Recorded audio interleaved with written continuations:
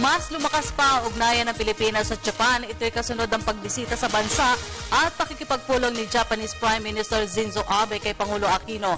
Kabilang sa mga napag-usapan ng dalawang lider ay ang pagresolba sa territorial dispute sa West Philippine Sea at ang pagkilala ng Japan sa Bangsamoro Peace Agreement.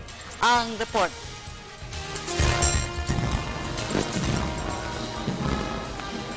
Muling pinatatag ng Pilipinas at Japan ang kooperasyon sa larangan ng trade, investment at regional security. Dumating sa bansa si Japanese Prime Minister Shinzo Abe para sa 2 araw na opisyal na pagbisita. Sa kanilang pulong ni Pangulo Aquino, nagkasundo ang dalawang leader na patatagin ng regional security sa pamamagitan ng responsableng solusyon sa usapin ng territorial dispute sa West Philippine Sea.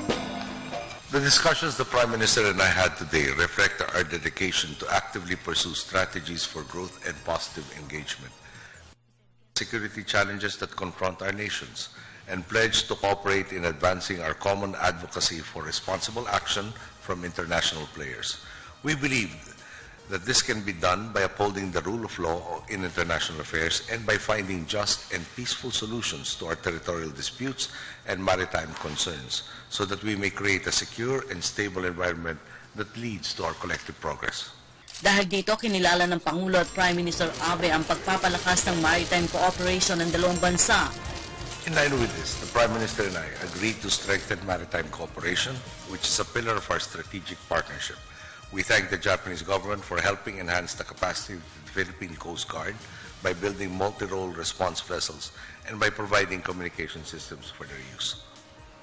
Formal na rin ipinabot ng Pangulo sa leader ng Japan ang patuloy ang suporta sa peace and development sa Mindanao.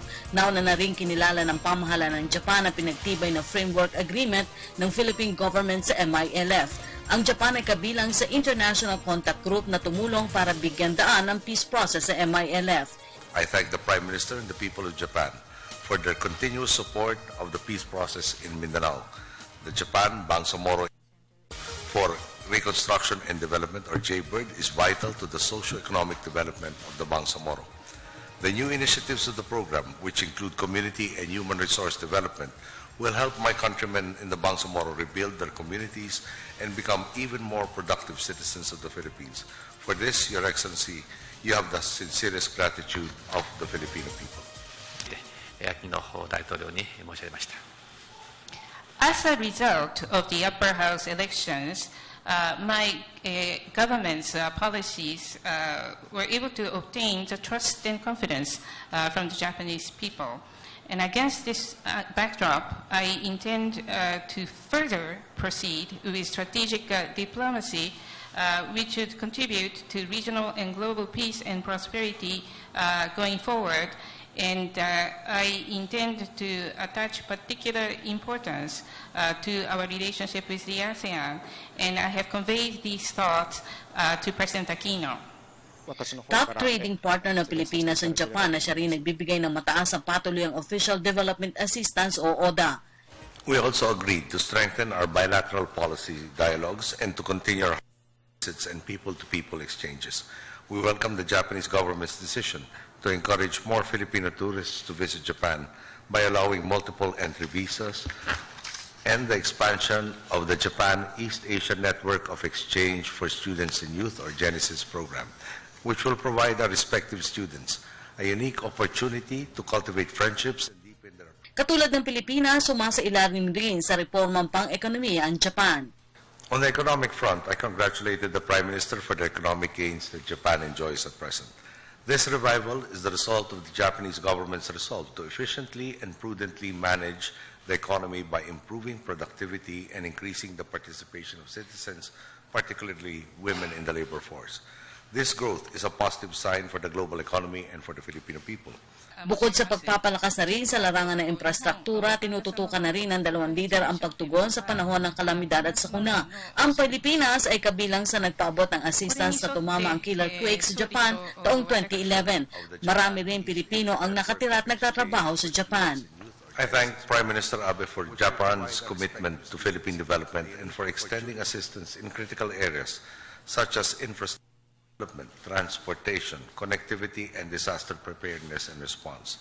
I welcome the technical assistance provided by the Japan International Cooperation Agency in developing a transport roadmap study for Metro Manila and its surrounding areas. I also expressed appreciation for Japan's positive response to our request for a post-disaster standby loan through the Standby Emergency Credit for Urgent Recovery.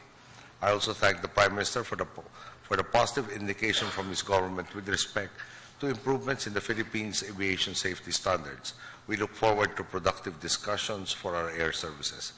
Ang Japan ang isa sa mga unang binisita ni Pangulong Aquino na maupo sa pwesto. Taong 2006 naman ang unang pagdalaw sa bansa ni Abe sa kanyang unang termino bilang pinuno ng Japanese government.